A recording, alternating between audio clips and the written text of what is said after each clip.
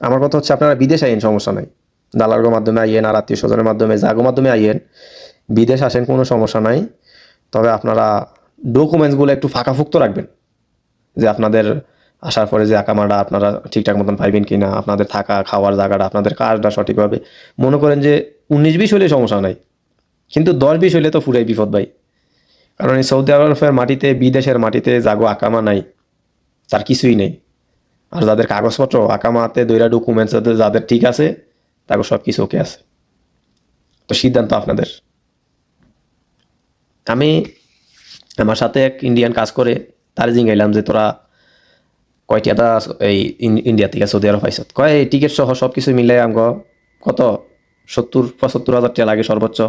তারা কয় যে তাকে 1 লাখ রুপিয়া লাগলে তারা এই সৌদি আরব পাইয়ে না, অন্য দেশে যায়। পাকিস্তানি তা করে জিজ্ঞাসা করলাম যে কিরে তোকে পাকিস্তান থেকে আইতে কত টাকা লাগে সৌদি আরব, পাকিস্তান থেকে সৌদি আরব হইতে কত লাগে। তো তারা কইলো যে তারা পাকিস্তানি 1 থেকে 1.5 লাখ টাকা লাগে। তো 1 থেকে 1.5 লাখ টাকার ভিতরে তারা পাকিস্তান থেকে সৌদি আরব হয়ে কাজ করতে পারে। তা আমার একটা কথা হচ্ছে যে আমি সৌদি আরব আইছি, আইয়া এখন পর্যন্ত যা দেখছি, যে একটা ভিসা প্রসেস কইরা বাংলাদেশের থেকে আসা পর্যন্ত অরিজিনালভাবে 1,20,000 থেকে 1.5 লক্ষ টাকা খরচ যায়। এমনি তুলনামূলক বাংলাদেশের থেকে লোক আইলে একটু বেশি, তো 1 থেকে 1.5 লক্ষ টাকার মতন খরচ যায় A to Z সর্বমোট। তো আমি ভাবলাম, আমার হিসাব হইলো যে দালালে আপনার পিছিয়ে খাটলো, সেই দালালে নাইলে মনে করেন যে 50,000 টাকাতে ব্যবসা করলো, যাক এইটা একটা মানানসই হয়।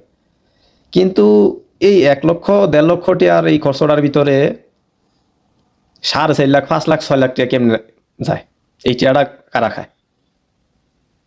এই টাকাটা কারা খায়? আমার কথাটা হচ্ছে এটা। এই যে আমরা যে এই যে আমরা এই প্রবাসের মাটিতে যারা আছি, এই যে আমরা যে থাকি এত কষ্ট করে কাম করি, ভাই কেমনে বুঝাইতাম আমরা করে? এমনও লোক আজকে 3 বছর 4 বছর শেষ হয়ে গেছে গা, বিদেশ থাকে, বিদেশ আছে দালালের মাধ্যমে, এখন পর্যন্ত ফুজিটা তুলে শেষ করতে পারেনি। তারপরে আজকে নিউজে দেখলাম যে তারা এই বলদিয়ার কাজে আইয়ে 600 রিয়াল বেতন। পরে জিঙ্গাইলো যে আপনাকে কত লাগছে খরচ? তো তারা কইতেছে যে আমগো 5.5 লাখ লাগছে। তো আমার কথা হচ্ছে যে 600 রিয়াল বেতনের কাজে আইও তোমরা ভাই, হিয়ার মাঝে 5.5 লাখ 6 লাখ টাকা দিয়া 600 রিয়ালে বাংলাদেশের সর্বোচ্চ কত 16,500 টাকা হয় বর্তমান বাজারে। তো তোমরা কোন মানে বিষয়টা, আমার মনে হয় যে বাংলাদেশের মানুষ এরকম ভাবে যে সৌদি আরবে বুঝি এই টাকা ফইরা থাকে রাস্তাঘাটে, বলদিয়া ডাব্বার ভিতরে এই রিয়াল পাওয়া যায় নাকি, বিষয়টা এরকম ভাবে নাকি হেরা। তারপরে আইসা যেসব দেখে যে রাস্তাঘাটে কাগজ টয়তে টয়তে যান শেষ, আর ভাল লাগে না, রইতে ঘাটে চলাফেরা করে, হিয়ার সময় শুরু লাগাই দেয় কান্দাকাটি। তো ভাই আমার কথা হচ্ছে তোমরা আগের থেকেই সিদ্ধান্তটা নেও সঠিকভাবে। তোমরা কি আরে ভাই এতগুলি টিয়া দিয়া তোমার বিবেক আকলটাই কুলাই কেমনে তোমরা যে 5 লাখ 6 লাখ টাকা খরচ কইরা এই বিদেশ আইয়া 500-600 রিয়ালে কাম কইরা বলো দিয়াতে এটি আরো নিজের দেশের বদনাম, নিজের বদনাম, নিজের এই রাস্তাঘাটে টোয়াইয়া ময়া মানুষ খানা নাই, কিছু নাই, কেউ দিলে খায় না দিলে নাই। কি ভাই, তো আসলে কি আপনাকে কি ভাই কোনো সেন্স নাই? আরে ভাই আপনারা 5 লাখ টাকা যদি নিজের দেশে একটা ব্যবসা বাণিজ্য কইরা হন, অন্তত মাসে 50-60 হাজার টাকা কামাইতে পারবেন। আমরা তো ভাই, আমরা আইছি, আমরা বুঝি না আপনার মতোই, আমরা যেমন না বুঝে আইয়েন, আমরা না বুঝে আইছি, কিন্তু আমরা তো কথা কইতেছি, আপনারা কথাটা শুনে নামগো।